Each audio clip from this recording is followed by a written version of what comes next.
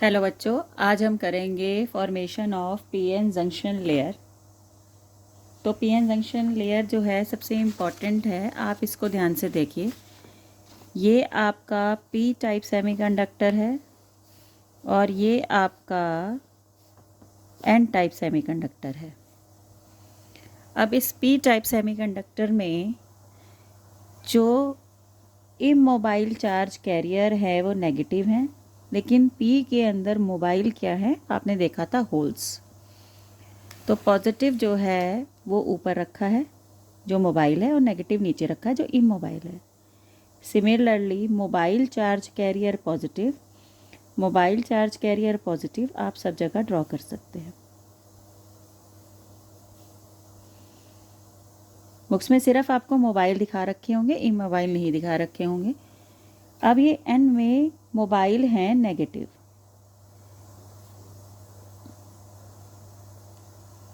ऊपर जो मैंने कैप लगाई है वो नेगेटिव की कैप लगाई है, इसको कहते हैं मोबाइल चार्ज कैरियर, और नीचे वाले जो हैं वो फिक्स्ड हैं, इसको कहते हैं इमोबाइल चार्ज कैरियर। तो नीचे वाले इमोबाइल और ऊपर वाले क्या हैं, मोबाइल। अब हमने देखा है कि पी टाइप सेमीकंडक्टर में पॉजिटिव की कंसंट्रेशन ज़्यादा होती है और एन टाइप में नेगेटिव की कंसंट्रेशन ज़्यादा होती है। तो इसकी डिफरेंस इन कंसंट्रेशन की वजह से हायर कंसंट्रेशन से चीज़ के डिफ्यूज़न के कारण टुवर्ड्स लोअर कंसंट्रेशन चलेगी। अब जो पॉजिटिव से यहाँ पर पॉजिटिव की हायर कंसंट्रेशन है, यहाँ पर आपने पढ़ रखा है कि यहाँ पर होल्स की हायर कंसंट्रेशन होती है। तो होल्स जो हैं वो यहाँ से किसकी तरफ चलेंगे, एन की तरफ चलेंगे और यहाँ पर आ जाएंगे। और यहाँ से कौन चलेगा, यहाँ पर किसकी कंसंट्रेशन ज़्यादा है, यहाँ पर ज़्यादा है नेगेटिव की कंसंट्रेशन। तो यहाँ से कौन चलेगा, एन टाइप चलेगा। ये नीचे ये आ गए रास्ते में। अब इधर से पॉजिटिव आए और इधर से क्या आए, नेगेटिव आए। इसने जो करंट बनाया उसको बोलते हैं डिफ्यूज़न करंट, और ये बीच में आके बैठ गए। पॉजिटिव ने नेगेटिव को काट दिया, पॉजिटिव ने नेगेटिव को रिकम्बाइन कर दिया, पॉजिटिव के साथ नेगेटिव रिकम्बाइन हो गए। तो बीच में एक लेयर तैयार हो गई जिसको बोलते हैं हम रिकम्बिनेशन लेयर। अब क्या हुआ, यहाँ से सबकी टोपियाँ हट गई, सारे पॉजिटिव चार्ज इधर जाके इकट्ठे हो गए। ठीक है, अब यहाँ से और नेगेटिव जाने की कोशिश करेगा। जो नीचे वाले नेगेटिव हैं अब ये खुल गए हैं, इसके ऊपर से टोपियाँ हट गई हैं, नीचे वाले नेगेटिव इसे वापस भेज देंगे और यहाँ से पॉजिटिव जाने की कोशिश करेंगे। नीचे वाले जो पॉजिटिव हैं जो खुल गए हैं वो उसको वापस भेज देंगे। अब ना तो पॉजिटिव इधर से इधर जा पा रहा है और ना ही इधर से इधर जा पा रहा है। क्यों? क्योंकि अब इमोबाइल चार्ज कैरियर ने काम करना स्टार्ट कर दिया है। तो बीच में जो लेयर, अब दीवार बन गई, मतलब बैरियर बन गया, ना इधर से इधर कोई जा पा रहा है ना इधर से इधर कोई जा पा रहा है, कोई भी चार्ज कैरियर नहीं जा पा रहा। तो बीच में जो लेयर बनती है उसको हम कहते हैं डिप्लीशन लेयर या फिर रिकम्बिनेशन लेयर। क्योंकि रिकम्बिनेशन के लेयर क्यों बोला, क्योंकि नेगेटिव पॉजिटिव यहाँ पर क्या हो रहे हैं, रिकम्बाइन हो रहे हैं। अब ये हमारी रिकम्बिनेशन लेयर बन गई। अगर आप ध्यान से देखो, ये वाला जो पोर्शन है ये negative terminal of the battery की तरह काम करेगा और ये वाला पोर्शन है ये positive terminal of the battery की तरह काम करेगा। ये बैटरी बन गई एक तरीके से, फिक्टिशियस बैटरी, इमेजिनरी बैटरी, कर रहा है काम है बैटरी की तरह। तो इसको हमने बोल दिया पोटेंशियल बैरियर।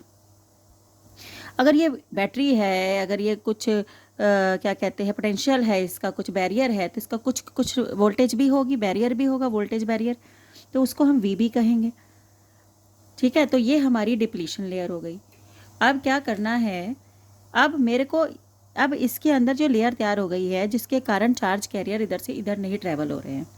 अब मुझे चार्ज कैरियर को, मतलब मेरे को करंट यहाँ से फ्लो करवाना है। तो मैं क्या करूँगी, ये जो आपकी बैटरी है, ठीक है, इसको हटाने की कोशिश करूँगी। तो मैं इसको कैसे हटाऊंगी, क्योंकि यही बैटरी है या यही लेयर है जो इधर से इधर नहीं जाने दे पा रही और इधर से इधर नहीं जाने दे पा रही। तो I want to remove this depletion layer, ख़त्म करनी है, पतली करनी है इसको। तो उसके लिए मुझे इस पोटेंशियल बैरियर के उल्टे एक बैटरी लगानी पड़ेगी, क्योंकि पोटेंशियल बैरियर रोक रहा है, मुझे करंट चलाना है, तो मुझे इसके उल्टे एक बैटरी लगानी पड़ेगी। ये पी है, ये है, ये बैटरी के जब उलट बैटरी लगा देते हैं तो करंट फ्लो होगा। अब मान लो ये मान लो आप क्या कहते हैं, ये बैरियर की 2 वोल्ट की वोल्टेज बनी, तो ये जो वोल्टेज लगाओगे ये 2 से बड़ी लगाओगे, ठीक है, क्योंकि अगर आप 2 से छोटी लगाओगे तो बैरियर नहीं हटेगा। आपको बैरियर हटाने के लिए 2 से बड़ी वोल्टेज लगानी पड़ेगी, ठीक है। मैंने 3 वोल्ट की वोल्टेज लगा दी, अगर मैं 1 वोल्ट की वोल्टेज लगाती यहाँ पर तो ये बैरियर ना हटता। बैरियर को हटाने के लिए आपको उल्टी इसके बैटरी लगानी पड़ेगी, और वो कितनी होगी, उससे बड़ी होनी चाहिए। तो ये क्या होता है, आपका फॉरवर्ड बाइसिंग होती है। आप देखते हैं फॉरवर्ड बाइसिंग तो मैंने आपको ये बैरियर के रिस्पेक्ट में सिखाई है। वैसे जो डेफिनेशन आएगी, पी से पी कनेक्ट कर दो और एन से क्या कनेक्ट कर दो, एन कनेक्ट कर दो, तो ये फॉरवर्ड बाइसिंग हो जाएगी। फॉरवर्ड बाइसिंग क्या करता है, फॉरवर्ड बाइसिंग जो है इस डिप्लीशन लेयर को हटा देता है। आप ध्यान देंगे, डिप्लीशन लेयर को पतला करता करता करता हटा देता है। तो आपसे पूछेंगे फॉरवर्ड बाइसिंग के केस में डिप्लीशन लेयर क्या होती है, हटती है, डिक्रीज होती है, इंक्रीज होती है, वाइडेंस होती है, क्या होता है? तो आप बोलोगे कि हटती है, मतलब कि थिन होती रहती है, इसकी विड्थ डिक्रीज होती रहती है, तभी तो करंट फ्लो होगा। फॉरवर्ड बाइसिंग में करंट फ्लो होता है, लेकिन कंडीशन क्या रखेंगे कि आप जो बैटरी लगाएं बाहर वो पोटेंशियल बैरियर से बड़ी हो, छोटी पे ये काम नहीं करेगा। तो इस तरह से हमारी बाइसिंग हो गई। मान लो हम क्या करते हैं, मान लो आप ये P ले लेते हो और ये क्या ले लेते हो, N ले लेते हो, ठीक है। ये बिल्कुल वही डायग्राम मैंने ऊपर वाला बना दिया। अगर आप इसकी सीध में ही कोई बैटरी लगा देते हो, ये नेगेटिव पॉजिटिव है, आपने भी नेगेटिव पॉजिटिव इसकी सीध में, तो जो बैरियर वोल्टेज थी वो बढ़ जाएगी। अब बैरियर वोल्टेज और बढ़ा दी तुमने, मतलब तुमने डिप्लीशन लेयर को और मोटा कर दिया। जो रोक रहा था करंट, तुमने और रोकने वाली बैटरी उसकी साथ वाली बैटरी और भी लगा दी। तो इसके अंदर डिप्लीशन लेयर क्या हो जाएगा, मोटा हो जाएगा और करंट पास नहीं करेगा। तो हमने देखा, अगर हम जर्नल रिवर्स बाइसिंग को, ये तो मैंने आपको पोटेंशियल बैरियर के रिस्पेक्ट में वो बैटरी लगानी बताई। अगर जर्नली देखो तो जो P है वो N टर्मिनल के साथ कनेक्टेड है, N जो है वो P टर्मिनल के साथ कनेक्टेड है। तो ये हमारी रिवर्स बाइसिंग होती है। रिवर्स बाइसिंग क्या होती है, जब P N के साथ कनेक्टेड हो, N P के साथ कनेक्टेड हो। लेकिन अगर बैरियर के रिस्पेक्ट में देखें दोनों सेम है। बैरियर वोल्टेज क्या हो जाती है, इंक्रीज हो जाती है रिवर्स में, और डिप्लीशन लेयर भी क्या हो जाती है, इंक्रीज हो जाती है। तो इस तरह से हमारा रिवर्स और फॉरवर्ड बाइसिंग होता है। तो मान लो अब आपको क्वेश्चन क्या आ जाता है, आपको क्वेश्चन आ जाता है कि जो इसकी कट इन पोटेंशियल बैरियर कुछ भी दे सकते हैं, आपको थ्रेशोल्ड दे सकते हैं, ठीक है। इसकी अगर थ्रेशोल्ड 5 वोल्ट है और आपने यहाँ पर बैटरी लगा दी P, ठीक है। आपने यहाँ पर इस तरह से बैटरी लगा दी, P को P से कनेक्ट कर दिया, N को N से। तो P को P से और N को N से कनेक्ट करते ही मेरे ध्यान में आ जाता है कि ये तो फॉरवर्ड बाइसिंग है। P को P से कनेक्ट कर दिया, N को N से कनेक्ट कर दिया, तो फॉरवर्ड बाइसिंग है। सेम को कनेक्ट करना तो फॉरवर्ड बाइसिंग होती है। और आपको ये भी पता है कि इसमें करंट पास होता है, तो करंट तो पास होगा, ठीक है, कंडीशन वैलिड हो जाती है, करंट पास होगा। लेकिन आपने करंट पास होने के लिए एक चीज़ और चेक करनी है कि क्या इससे बैटरी छोटी है।